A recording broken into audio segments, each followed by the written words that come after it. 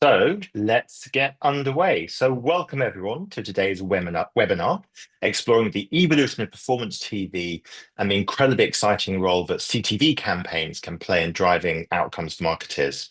My name is John Watts. I'm a managing director of CIMM, the Coalition for Innovative Media Measurement, and I'm delighted to be hosting today's webinar. We are going to roam far and wide, but we're going to be talking about performance-based bias and execution. So how can brands and agencies work together successfully to leverage CTV to boost brand awareness, engagement, conversions, and so on and so forth? We're going to talk about measurability and attribution, and of course, reporting and analytics. It's going to be a wild conversation, so stick around. We're going to cover a lot. It's going to be fascinating. To guide us through this complex thicket of issues, we've got four amazing executives joining our panel today. Joel Cox, Callum Guthrie, Alex Lawrence, and Kyle Benn. So stick around, you're going to hear some really fascinating insights from very different parts of the market. We're going to learn a lot. We do have facility for Q&A. So if you have questions, you'll find a button at the bottom of your Zoom client. Click on that and you can post your question and we'll do our best to get to those before the webinar is done. So without further ado, let's dive straight in. Let's start off by talking about what performance TV actually is. What does it mean to marketers today and why is it so important? And who better to get us underway than Joel Cox, kick us off, sir. Tell us a bit about your role and then why is performance TV so important? What does it mean today?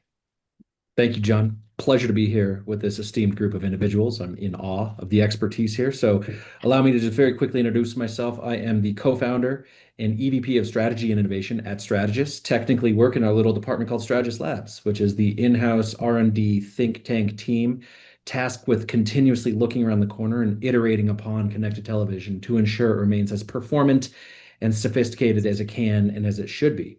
So perfect transition into what the heck is performance TV, right? We hear that bounced around and it's semi-ambiguous, but I think that it's important for me to point out now that we've been running connected television campaigns programmatically since 2015.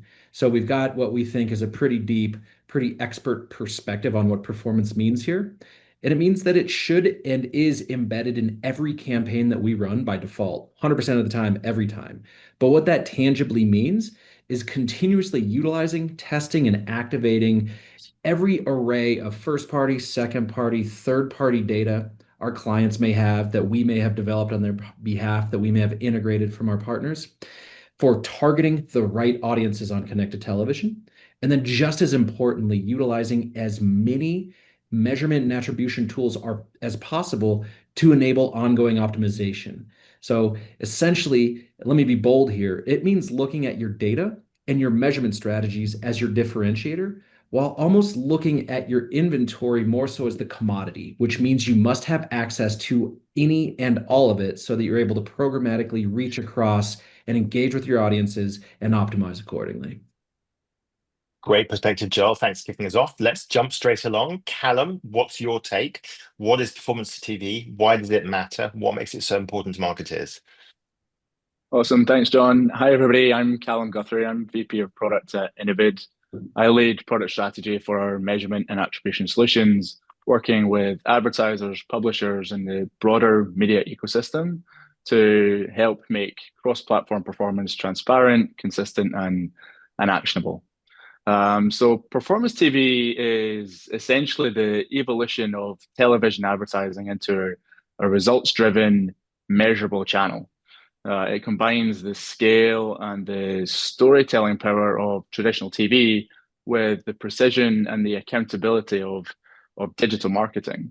So when we talk about performance TV, we're talking about the ability to not just reach millions of households, but to understand exactly what that reach is driving in terms of site traffic, conversions, and sales. And at the heart of that is CTV, which really enables impression level tracking. So instead of just broadcasting a message, you're now able to track who saw the ad, how many times they saw the ad, whether they visited your site, and even what actions they took afterwards. So it's really turning that impression data into real ROI signals that gives marketers tools like frequency control, interactive creatives, and attribution models that were never possible in traditional linear. So in practical terms, performance TV is really means that a marketer can optimize spend across different audiences, test creatives dynamically, and really pivot in real time. So it's no longer just TV, it's a performance channel that delivers measurable business impact. Really interesting, Callum. I think you can really hear in your comments and Joel's comments that this is about bringing digital-like capabilities to the TV screen. Fascinating. Let's jump along. Alex, give us your take. Why is performance marketing so important? What does CTV add to the mix? Yeah, hi everyone. My name is Alex Lawrence. I'm a VP and client partner at Measured. We're a leader in incrementality testing and media mix modeling. So my point of view here is very much from a measurement lens. Most of our clients, I would say, think of CTV as an improvement to linear, primarily in targeting and control. And so you have, rather than like this shotgun type approach you had on linear, you have much more surgical type of targeting available here on CTV. So I agree very much with Callum and Joel. And there's sort of an extra benefit of it being much more measurable. So we run a lot of geo tests at Measured.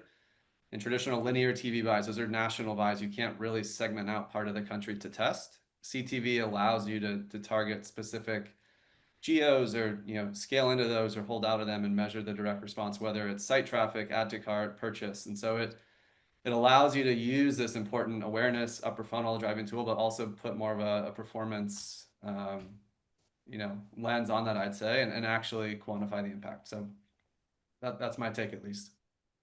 Cool, thanks, Alex. And then rounding up our panel, would you like to welcome Kyle Ben? Kyle, welcome. Give us your perspective. What does performance TV mean today? Why is it so important? Yeah, thanks, John. And it's always fun going last in a room full of smart people like this, tearing up my notes as we go because you said everything. But introducing myself, Kyle Ben. I'm VP of Demand Facilitation at Magnite. Magnite is a supply-side technology company.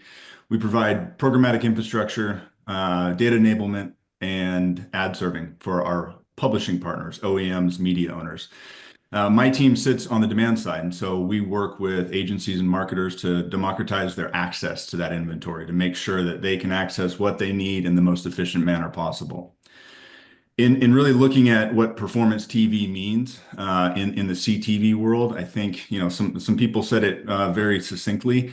It's taking the best of the linear TV world that we grew up with, sight, sound, and emotion, and marrying it with the digital world that has really exploded in the last 10 to 20 years. So giving you that measurement, attribution, optimization, reams and reams of data at your fingertips. And to Joel's point, I really liked how he said, the commodity is the inventory, and then it's what you do with all of the other inputs that you have at your fingertips that really drives the performance for this side of the house.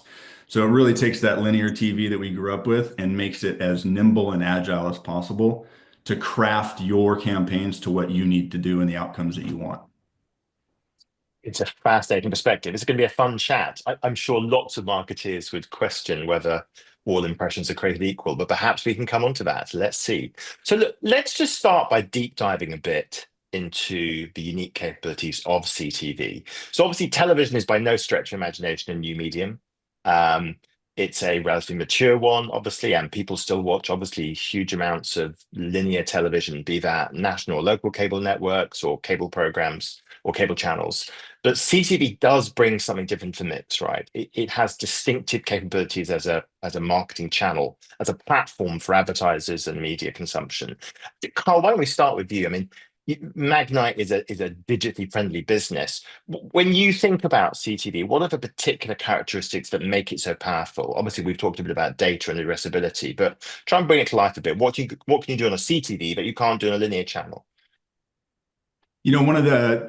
We can go a million different directions, but I think one that always stands out to me, and this is really the digitally focused side of it, is finding the right person at the right time in the right environment. And that's what CTV brings to the stage, is the ability to target people on a one-to-one basis, whether that's first-party data, third-party data, contextual signals, etc. You're able to really tailor the experience to a certain person at a certain time, rather than blanketing a whole cable zone with the same message, hitting my neighbor who's 85 and us with the same message, probably wasting 50% of those impressions. So it really, again, allows you to be very targeted in what you're trying to do in, the most mass media forum that we have at our fingertips. Callum, I guess you you'd agree with every word of that? Yes, agree, echo. I think the additional element with CTV is the flexibility that you get with not just who you can target, obviously, but the impact on creative and from a consumer's perspective, how they are then interacting with these ads in the same way that they typically do with any other ad. The consumer doesn't see a CTV ad versus a different media; they see an ad. But now with the precision of the targeting and the flexibility of creative rotations, of shoppable ads, of interactive ads, of QR codes, of all the different elements you can add in, it really makes it a channel that stands apart, but within a kind of wider media mix that you can build together. Alex? Yeah, I think I agree with everything that was said there. Just one note of caution, I guess, things that I've seen is because of the targetability of CTV, you can kind of veer, if you're not careful, too much into more of a mid-funnel type of tactic where you reach maybe it's not behaving like the broad awareness type medium that you might have hoped. And we see things like PMax or ASC or Pinterest Performance Plus. These are all conversion optimized campaigns. What I'm seeing amongst our clients as they lean in and spend more there across these platforms, they're reaching a lot of the same people. TV can be a great medium to fill that funnel, but if you set that up in a way that it's also going after the mid funnel, whether that's through like lookalike audiences or more retargeting type audiences, it can sometimes lead to confounding results. And so I think just we got to be careful about one of the biggest promises of this can also be a drawback in terms of how it actually performs. So that's just one sort of word of caution from what I've seen. And I don't know if you guys agree with me or not on that. Yeah. Joel? Well, yeah, I mean, I'm in Kyle's shoes now that I'm like, oh no, like all the really good points have been made here. But what I think what is important to point out is it's also really important to not look at CTV in a silo, right? Like we all consume television in the living room. It tends to be the largest digital device in most households, but we also consume an extraordinary amount of media on this device and on the MacBooks and the laptops and the PCs and the tablets that we're all utilizing. So I think it's also really important to acknowledge that and acknowledge arguably connected television's greatest measurement shortcoming right now is like the lack of a clickability, which means that if you're running a campaign that is pure play in connected television, you're leaving a lot of opportunity for performance and measurement on the table. So one thing that we have deployed with great success is a strategy of deterministically retargeting audiences after CTV ad exposure with subsequent messages here and on every other digital device that our target audience engages with. And Kyle had kind of made this point already, but that opens up the door for measuring and managing frequency, most certainly. But it also opens the door for really kind of cool messaging, like Colin had talked about, where we can have thoughtful, potentially even sequential creative messaging, right? Where we tell chapter one on the big screen and chapter two on the phone and chapter three on display or whatever the combo may be. And I think when you look at all those things, the last thing you need to understand is that we as consumers do not convert exclusively in one ad ecosystem, right? We may see a CTV ad, but then ultimately convert in the lowest of low funnel tactics like a paid search or a paid social ad. And so being able to understand and measure holistically a CTV impression and how that may have driven conversion activity in and of itself, but at the same time also understanding how a CTV campaign potentially has influenced an increase or a decrease in branded keyword searches. Strategus has a product that is able to provide measurement around the lift associated with one's search and social investments when connected television introduced to be able to demonstrate that oftentimes CTV campaigns themselves don't convert at the same frequency or value or rate, but they can raise all boats of the lowest of low funnel tactics like search and social. Well, Joel, I Well, think this seems... Oh, Please, sorry, go Carl. ahead. I was going to say No, it's Carl, go for it. funny. We used to fight once upon a time, last click attribution, who got the credit. And it hit me when you held up your phone. Like CTV is now a medium that communicates with the rest of them. And that's what you didn't have with traditional TV. It was often its own silo. You inferred what was happening and driving downstream actions. But now, especially with Innovid and Measured, we have a way to connect all those ecosystems so that we can be smarter about how we deploy our media dollars. So just before we go on, I think this is an opportune moment to tackle the naysayers. And there are certainly some of them in the marketing ecosystem. But the promise of CTV, as I think the four of you have laid out, is very clear. But there are clearly industry participants who would argue that CTV today is overhyped. They would point at a fragmented ecosystem of incompatible platforms and walled gardens. They would talk about measurement black holes of a kind which I guess, Alex, you occasionally grapple with in your work. They talk about feuding incomplete and often incompatible identity solutions.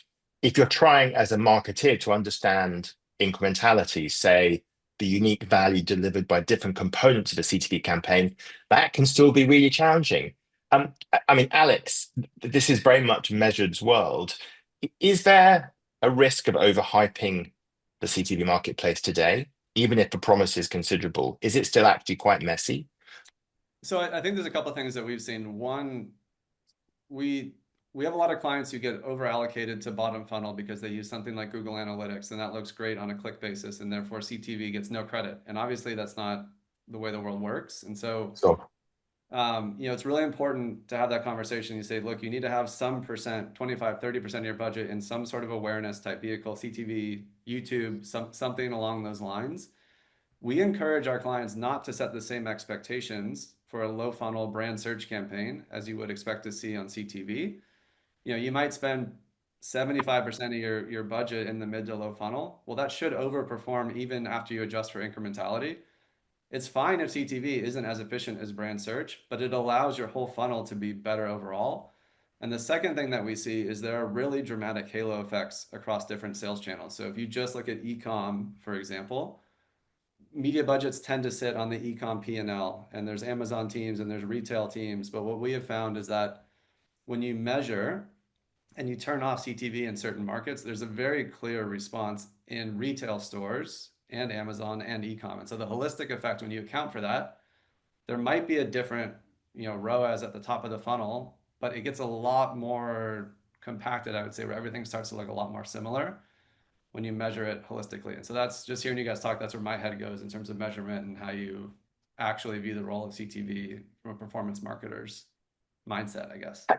Okay, Callum, give me your take on the naysayers, those who say that the promise is considerable, but today's ecosystem is a long way away from delivering in full on that promise.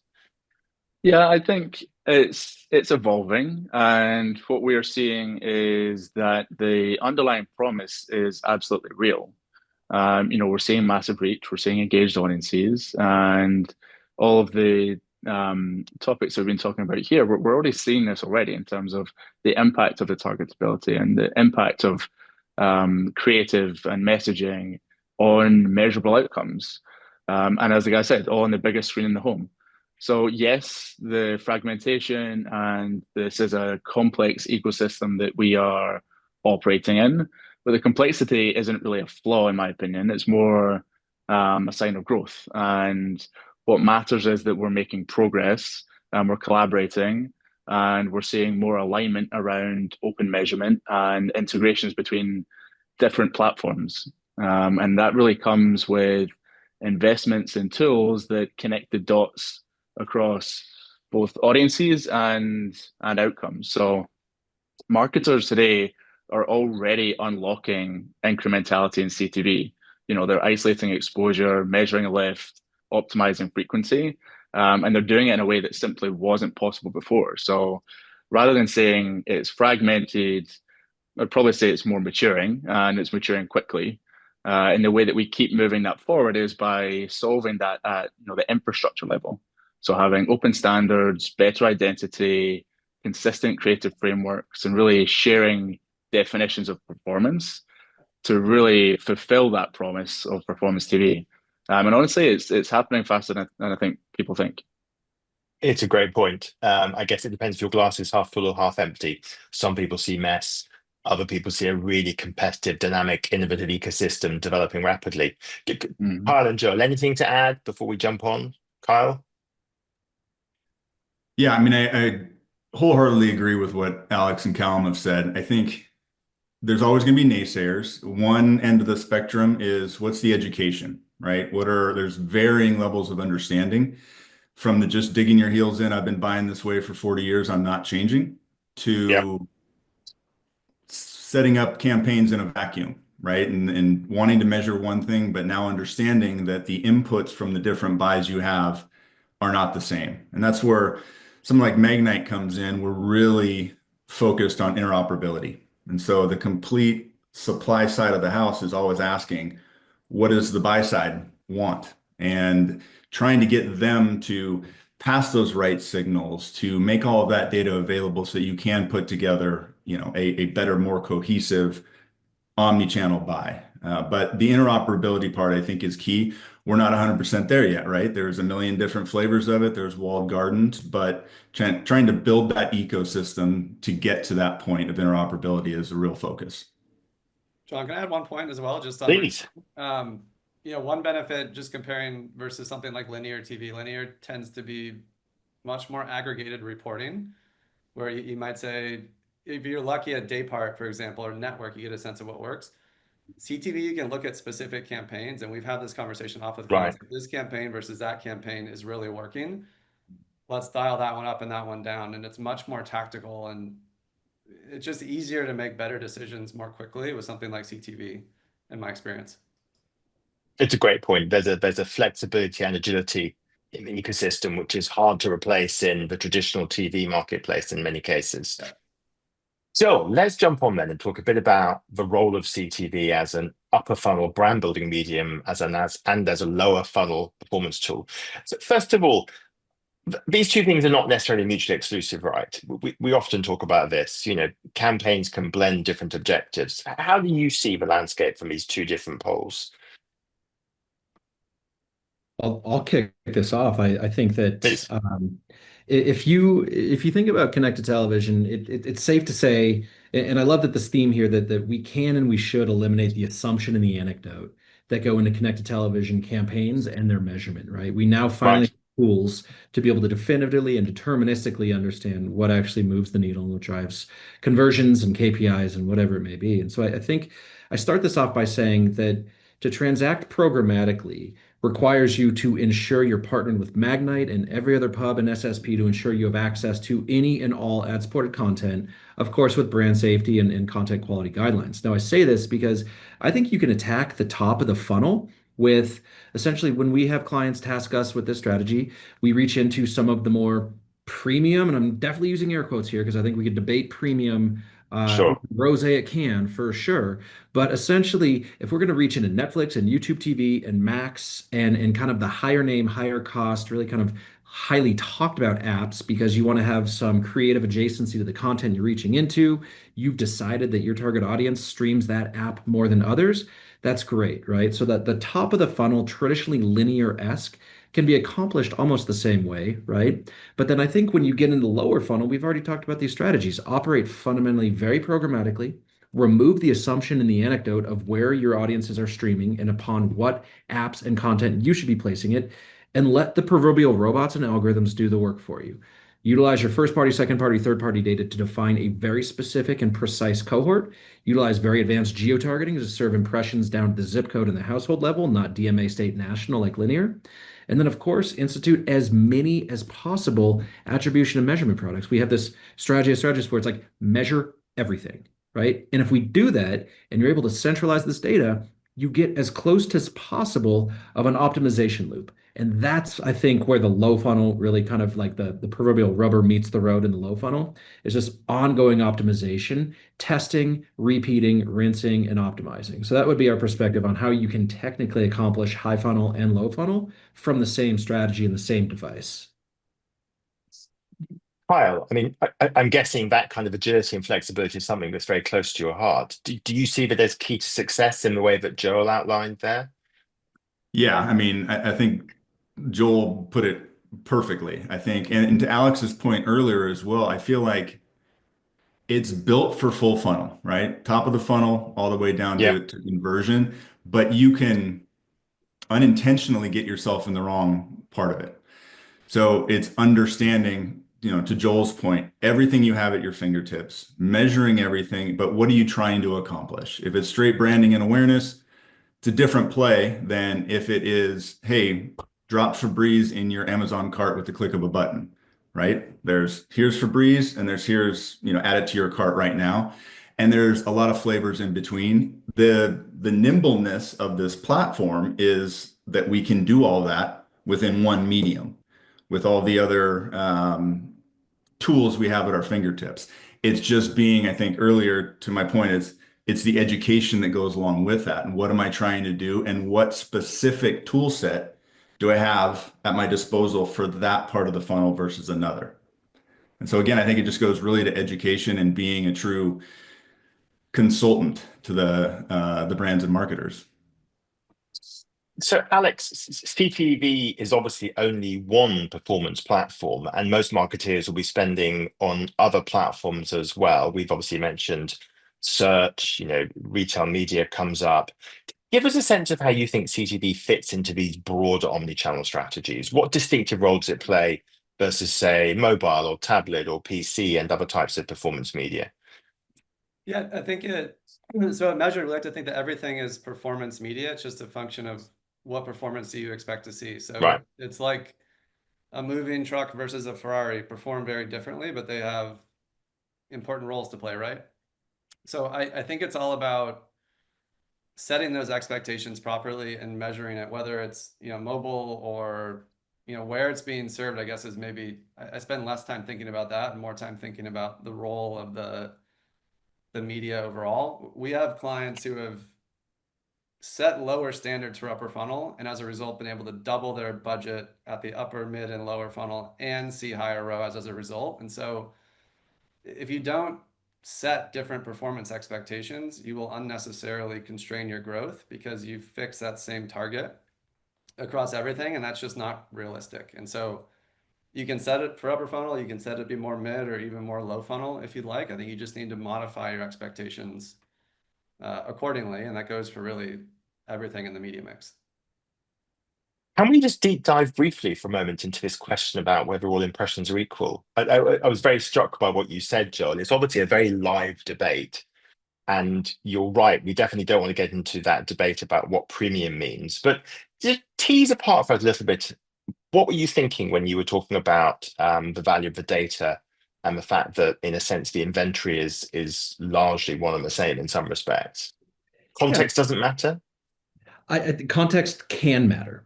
I don't think Right. necessarily the amount of emphasis placed on context and app and inventory placement today is where it should be. And I think that a lot of that has to do with a lot of dollars are entering connected television from linear, where you did have to bifurcate your inventory buy to say, Judge Judy and Divorce Court are not premium, but we're still going to buy it. But that saves us more budget for This Is Us or something during prime time. Right. The fact that we're looking at predominantly user-initiated video and the fact that we have essentially the ability to understand the effect and the value of every impression can tell us whether or not a CPM on Netflix is worthy of being double what it might be on a different, maybe fast app or SVOD app, right? So in our eyes, one's ability to bifurcate premium really becomes in the eye of the beholder, and we should not be the ones judging that. Our algorithms and optimization should be. Right. So that would be how we look at it essentially.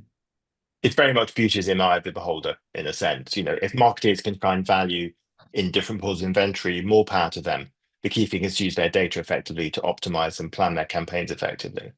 Precisely. I put it one more other way. An executive at MIQ at a conference I was at not long ago was asked to define premium, and he said, premium is whatever I'm paying attention to on my living room television right now. Right. I think that's a fairly good way to look at it. I think it's one of those interesting areas where obviously buyers and sellers do not always align in terms of their definitions, but for obvious reasons. Okay, let's jump on a bit and talk a bit about strategies. So obviously, if we're talking performance, you need tools to measure that performance. And I think several of you mentioned the fact that there is no one size fits all tool. As a marketer, you're going to be trying lots of different tools. Callum, tell us a bit about how you see measurement of CTV performance in this space. How do you think about the kind of ecosystem of attribution tools that are out there to help marketers understand performance? Yeah, it's a great question, and I think actually it's a great follow-on from what we were talking about there in terms of is an impression, and are they all equal? And I think that's really where measurement comes in, and it's really measurement is where performance TV especially comes to life. The most effective strategies often start with independent third-party measurement, because if you're relying solely on publisher data, you're probably getting a biased view. So brands are really demanding that transparent and real-time insight into the metrics that actually matter to their business. And the key metrics that we see most often, reach, frequency, incremental lift, site traffics, conversions, and then more on the efficiency side, cost per outcome, and increasingly we're seeing demand for return on ad spend. So it's not just about taking these numbers; it's the real value that comes from how brands are using this data to optimize. So going from insight to actionability. And we're really seeing campaigns where mid-flight insights are driving creative strategy changes, audience reallocation, and even budget shifts from partners or different platforms. So some brands are feeding or really starting to feed this performance data back into their planning tools and optimizing not just for this campaign, but onto the next one too. And CTV really gives that level of agility that fundamentally changes how brands are approaching their TV buys. That's fascinating. I mean, Alex, this is very much your wheelhouse. When you have clients and customers come to you, what kinds of tools do you really see them leaning into? Or is it, as Joel suggested, a very diverse landscape, people using quite different things? Or I think you're on mute, Alex. Sorry about that. Yeah, we use the combination of media mix modeling plus incrementality testing. I think there's reasons why both of those are really important. Media mix modeling can help you understand the ad stock effect. So you spend today and there's a delayed impact over 2 or 4 or 6 weeks. That type of impact is very difficult to understand outside of a model like that. The problem with these models is they give sort of an average answer over a longer period. So they're not good at answering what did my campaign today do, or how did this do during my sale or during Black Friday. It gives you sort of an average answer over a lot of time. The second piece is they're often very correlated with a lot of other things. If you run a TV ad, if it's successful, it drives awareness. People start to search for that, your brand. They click a brand search ad. They go to your site. They hit with a retargeting ad. It tends to be very highly correlated with a lot of other stuff in the media mix. So a model on its own will see those things all move up and down together and can't really pick apart the effect. Running incrementality tests is really critical, right? You can take away the TV out of that equation and measure the response to the business. And unless you do that, you can't really break apart those correlations and you can't understand really specific point in time measurement. And so we blend both of those approaches really for everything we do, but in particular CTV, because of the ad stock effect, because of the understanding the response curve and the overlap with a lot of things. It's really important to layer on incrementality testing too.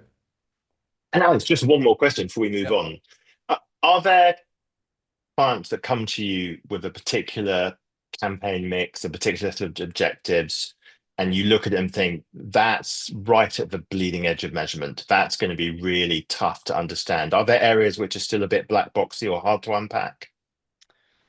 The hardest thing to crack is really third-party retail measurement, mostly because retailers don't willingly share that data at the level of detail that you'd like to see. We can pretty easily measure first-party retail, Amazon, e-com effect, but a lot of bigger brands who have big budgets on TV have 80-90% of revenue coming through channels they have no control of in terms of reporting. And so that's a very difficult thing to measure. You can kind of hack it, but that's still, I would say, sort of unsolved. Cool. Okay. Yeah. Let's go to Joel and then Kyle. So Joel, what are you seeing? What are the tactics that really resonate and work well at the moment? Yeah, I'm so glad you asked because what comes to mind right now that's somewhat novel, I think a little bit more nascent in the space is one of our newer clients, a really good partner came to us and basically asked they're in the mobile gaming space. And they basically said, hey, look, we're mobile first brands. Like everything that we're doing and measuring is going to occur in app, not on web. Like, how do we possibly understand and reconcile an investment in connected television when everything we've been doing to this point has been mobile search, obviously mobile social? So, of course, starting with connected television, as I'd mentioned earlier, the kind of tip of the spear, but then our ability kind of full funnel to reach across and use an encore omni-channel strategy to engage with those users as a retargeting effort here means we cut down on the friction and drive the engagement, because all of a sudden we've got online video and display ads serving onto the devices on which our clients want their target audiences to download the app, to put money in the app, to engage within the app, right? So if we've been able to reach audiences on CTV and then potentially sequentially retarget and engage them on their devices, that takes a huge leap, right? And then you integrate partners who can actually provide kind of the back end SDK integration to have the app event tracking. And then when you bolt onto that, essentially the ability to measure and understand how many additional app events are coming out of their kind of tried and true low funnel search and social strategies. Yes, like that's a lot of kind of disparate data, but if you're able to stitch it together, and we are, you're able to tell a really compelling story about how CTV works its way through kind of the entire, digital media consumption lifestyle for the average target audience of our client to result in an increase in app events, app engagement, and app utilization. And I think what that tells us is that we as marketers in connected television have a great responsibility to use all this data that exists, roll up our sleeves and do the work. And if we do that, every campaign presents itself with different KPIs, different challenges, and different opportunities.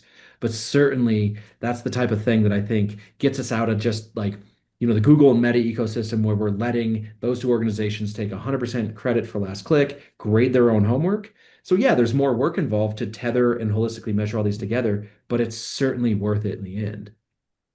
What's fascinating to me about what you just said is there's another lens of thinking about connected TV. It's not just TVs connected to the internet, it's an interconnected ecosystem of data-rich applications, services, identity signals flowing that allow you to do really innovative things from a measurement point of view, just as you've described. That's fascinating. Absolutely. Kyle, give us your take. I mean, you obviously have really interesting insights into a broad cross-section of the marketplace. What are some of the most effective strategies and tools you see for measuring CTV performance? Yeah, it's a great question. I'd say from my vantage point, I won't pin down like here's the best or here's what we've seen. It's really trying to make sure, as the sales guy had in me, is making sure I understand what they're trying to accomplish. And then conversely, we've built out at Magnite, it's called Magnite Access. It's a data measurement and attribution suite.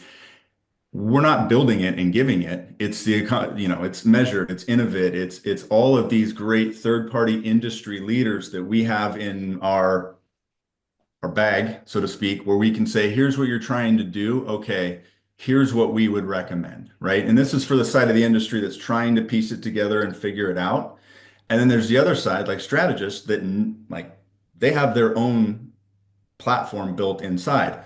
What do you need from us to help feed that engine to make your own insights? So it's trying to really understand from a high level to a very technical, granular level what they're trying to do and give them the right resources to be successful.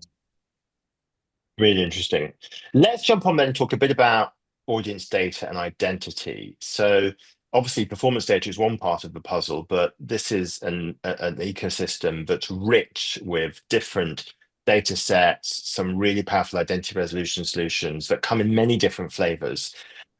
Callum, how do you think about the role of audience data and identity in the CTV space? Obviously, there's a lot of different options for marketers. How do we navigate? Yeah, it's a great one, and it's the optionality that we have, and also the application of identity within each of these platforms and vendors and ecosystems. So, when I think of CTV, and to the point you were making a bit before in terms of internet connected and that being the core of it, I feel like this is where CTV really starts to outperform traditional TV, right? So you have a strong with that strong identity spine. Brands can move beyond broad demographics and into real audience intelligence. So identity, particularly at the household level, really allows marketers to understand exactly who they're reaching, control how often, and really start to personalize messaging based on the behavior or interests of that target audience of that household. And I think it's a topic that it's a bit of a buzzword bingo here, but AI really takes that to the next level, right? Like we're seeing brands really use AI to dynamically create creatives or assemble creatives and optimize delivery. All of this needs to be backed by or underpinned by a real strong identity core. So this is when you layer all these things together, and then you layer on the audience aspect of all of the data we have and all the identity spine that we have. The result is targeting households that are really most likely to convert. So it's not just reactive anymore. It's really becoming a lot more predictive. Joel, identity resolution in the CTV space, in the advanced TV marketplace, is both evolving rapidly, but still a source of some confusion for many. What are you seeing brands do with best-in-class identity solutions to really support their CTV campaigns? I mean everything Callum said is dialed spot on. I think that kind of like ironically the spine to proper connected television programmatic application is a good identity spine. Like it fundamentally powers all of the things that we're talking about that are your differentiator, right? Setting aside inventory as the commodity. If you're going to activate your own first party data, if you're going to partner with commerce and retail partners for retail second party data, if you're going to activate third party data, all of that needs to essentially resolve and measure and be categorized against your identity spine such that you have the ability to measure frequency, measure conversion and outcomes. So in this entire equation, right, this calculus equation of connected television advertising done right, I feel like identity resolution is arguably the single constant most important element to it, aside from the living room television itself. Joel, quick question before we jump on to Alex. What is the optimal identity unit in the CTV space? Is it the household or is it the individual? I think we start at the household, to Callum's point, right? Now, the average American household today, our data tells us, has over 17 connected devices, not even IoT, right? Media consumption digital devices. So understanding and mapping the household level helps us understand which devices are we targeting, for what reasons, which cohorts in the household are we engaging with. But an identity graph singularly also gives us the ability to take that household level messaging and measure and engage back down, right? We think about the living room television, and that's a social device. That's where the most co-viewing occurs. That's where a household identity graph is going to be the most effective for targeting. But obviously, everyone in my household and most households then branch off and consume media on their own, more personalized, individualized devices. So being able to go from a household device to an individual graph gives us the ability kind of have the best of both worlds. John, I hope that's not a cop-out answer to say both, yes, but we think that once again, the name of the game here is measure everything, onboard as many partners for measurement and targeting as possible, and certainly that includes identity resolution and household device resolution. My sense strongly is that both and is an entirely legitimate answer, but I think there's this challenge that marketers are often grappling with, which is to translate between people, households, devices, accounts, and in the CTV space, of course, we're often layering IP address into the mix, and that can lead to some methodological challenges. Alex, I'd love to hear your take on that because I sometimes think that there's a myth of determinacy that sometimes wafts around all things digital. And we all know that there is no perfect data out there. Do you find that clients sometimes struggle a bit to navigate what can be quite a complex identity space when there are these issues around navigating between different signals? Yeah, a lot of what we do is focus on more aggregated impact, but there are some very Right. specific types of tests that we run, typically around things like direct mail or email or SMS, where you have an addressable specific audience. Direct mail is a good example. Like the CPMs on mailing catalogs are between like $500 to $1,000. And so if your goal is to try to reach a new audience, there are a lot of other ways at 40 to 50 times, cheaper CPM. Right. I think as this identity stuff on TV gets stronger, it'd be very interesting. We'll run audience level tests where you suppress certain audiences. Well, one of the next questions is if it's super expensive on direct mail, could I reach that audience on TV, for example, or on Facebook or other platforms at a fraction of the cost and therefore more efficient performance? This is where I would love to, I'm really excited about this type of targeting in the future. If I can build Mm, a list on CTV and say, here's a group of prospects who fall into some segment we're trying to reach, carve out some of them and add that to a CTV campaign. And I want to measure at the user level, and we have the data that we have at a transaction level. What is the lift to the business and how does the conversion rate change when you layer on TV that in a way that that you're reaching that segment rather than linear, which is again, it's just like this shotgun blast of you kind of hope you reach everyone in the market. So that's where my head goes on this one. I think there's some interesting tests you could run around this stuff. Absolutely. I'd love to talk quickly about creative, which is something that we often overlook when it comes to CTV. Kyle, simple question. Obviously, we're talking about displaying ads on the big 65-inch flat inch in the corner of the living room. Why can't we just repurpose ads created for national or local TV stations, put them into CTV, and jobs are good? And is it a bit more complicated than that? Yeah, Do I we mean, need CTV optimized creative? And what is that? again, this is the theme, I think, for my part of this panel is it depends on what you're doing. But I think once Right. upon a time, that was you dipping your toe into the connected TV space. I've got my creative already. I'm gonna slap it up there and see how it does. But through everything we've talked about, all of the optimizations, the creative iterations, AI coming in and being able to assist that and supercharge the speed of that, you really need to think about this in a more varied or multi-layered approach. Because now you have not one audience. I'm not targeting the whole LA DMA or the whole nation at once. I'm targeting this zip code, that DMA, this audience over here, that audience over there. And so you really have to come at it with, I think, a little bit more creativity than I've got two ads and I'm going to run them. That's a great way of thinking about it. Callum, what's your take? Should marketers really be thinking about CTV optimized inventory when they're running their campaigns?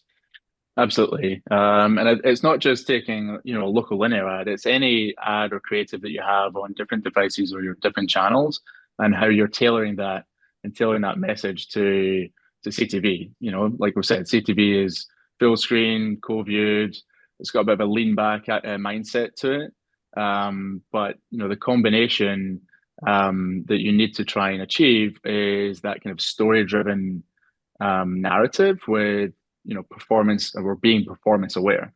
And we've really seen that when brands tailor their creative for CTV, whether that's adding dynamic elements or localized messaging, interactivity, or even just optimizing for attention within that first few seconds, the outcomes improve dramatically. So, for example, we regularly see engagement rates 20% higher, or average viewing time increases over 70 seconds with CTV specific creative. And it goes way beyond just performance. Optimized creative really gives you that flexibility. So you can test different variations, you can really personalize by audience or by context and adapt in real time. So yes, if you're investing in CTV, but not just optimizing or not optimizing the format, then you're really leaving value on the table. It's really not just about where the ad runs.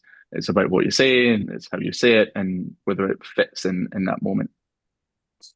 We have an interesting question that's come in on the Q&A from Ryan Seaver. What is the current CPM price for performance-rated CTV inventory? I suppose another way of thinking about that is if we're arguing that the audience data we're using to support our ad buys is the critical determinant of value, shouldn't we just spend as little as possible from a CPM point of view? Why spend high? Joel, I can see you smiling. Do you have a go at answering that one?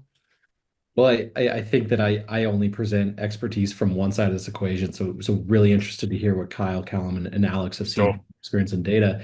But yeah, I think that if we're talking performance and we're defining performance as thoughtfully sophisticated, targeted connected television with really robust, as much measurement and attribution on the backside as possible, you're gonna have a lot that you're gonna have to spend on data and measurement.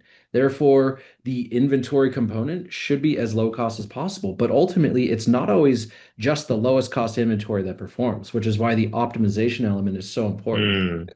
We need to look beyond just media costs, data costs, measurement costs, and say, what drove, to Calum's point, what drove the greatest ROAS? What, for our mobile gaming client, what drove the most app events for the greatest type of efficiency?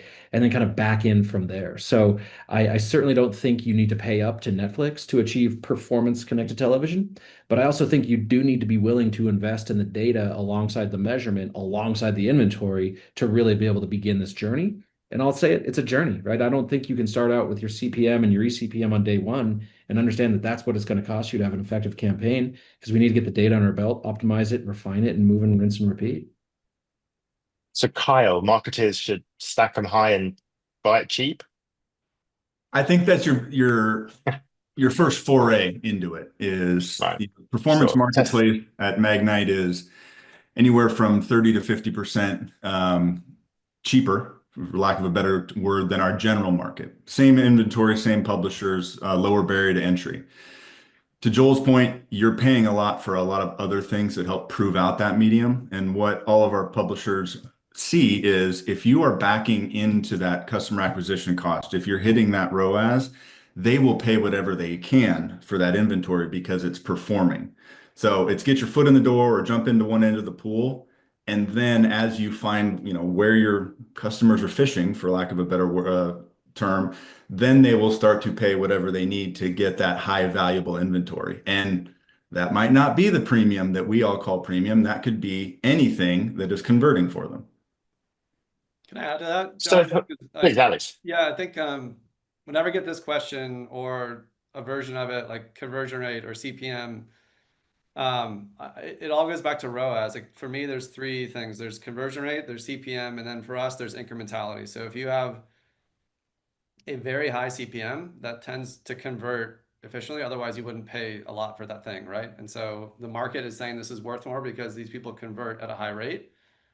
Well, if we find that audience you're reaching is very likely to buy again because they just added to cart and they were ready to purchase, the incrementality might be very low and therefore may not be worth your money.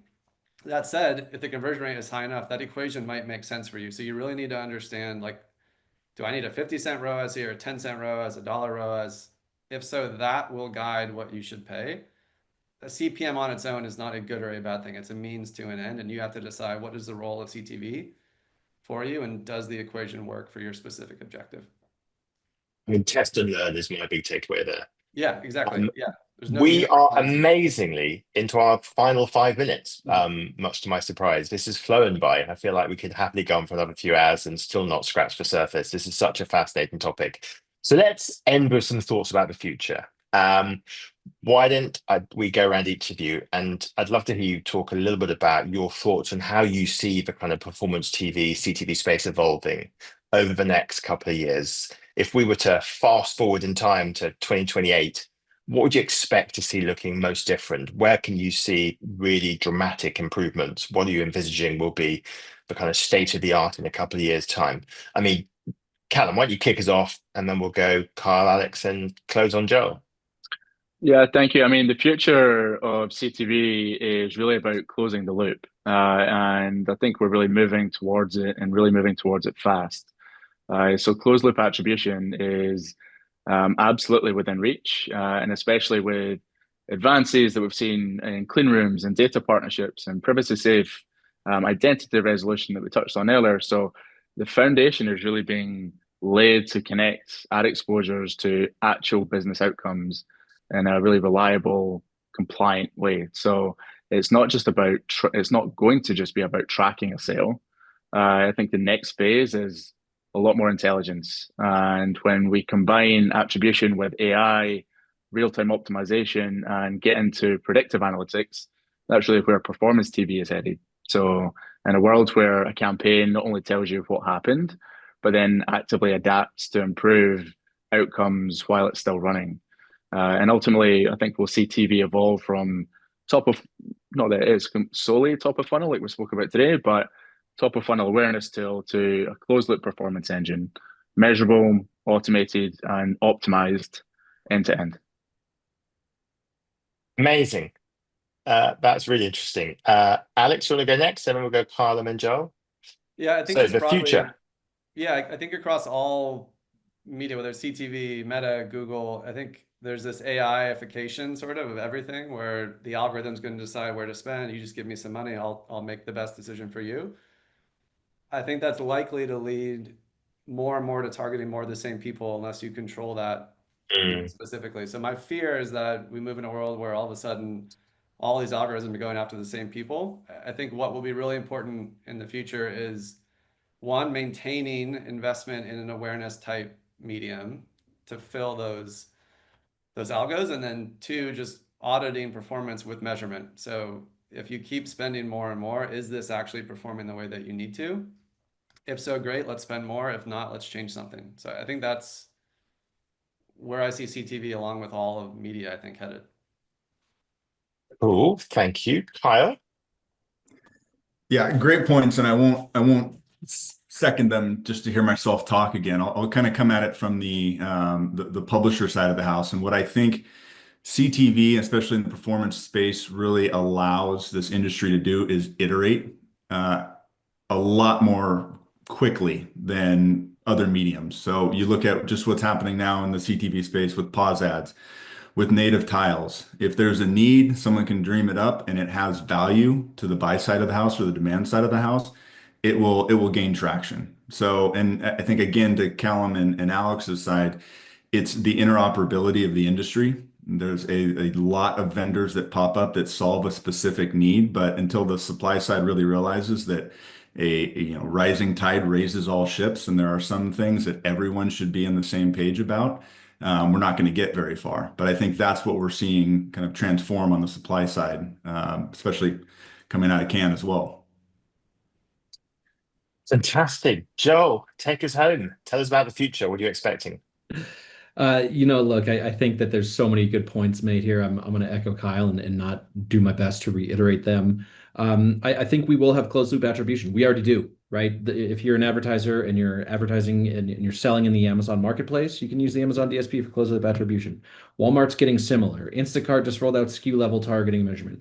I think in the medium term, not to be the fear monger here, but I'm worried that we're just going to have a patchwork mosaic of a whole bunch of closed loop attribution tools, but they're not interoperable. You got to go to Amazon for the Amazon component. You got to go to Walmart for the Walmart component, right? And there's going to be kind of a turf war for that whole data component. So I think that nevertheless, what that demonstrates is immense progress.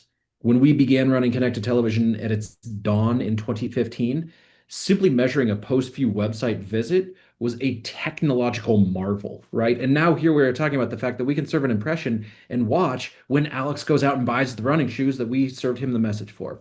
I also think the AIification is also like it's been such a hype cycle right now, but I believe we're at the point where we're going to experience hyper personalization, hyper customization, right? Creatives that used to take thousands and thousands of dollars and hundreds of hours to create can now be done at scale individually. And I think in the medium term, there's going to be a lot of chaos, a lot of fragmentation. But if you're willing to roll up your sleeves as a marketer and embrace that, you've got the opportunity to really differentiate your brand and your message. Look, Joel, Callum, Kyle, and Alex, that's been a fascinating hour of deep conversation about the world of performance TV, CTV, and many, many other things along the way. Thanks everyone for listening. I hope that's been interesting and insightful to everybody. Take care, stay safe. See you all soon, we hope.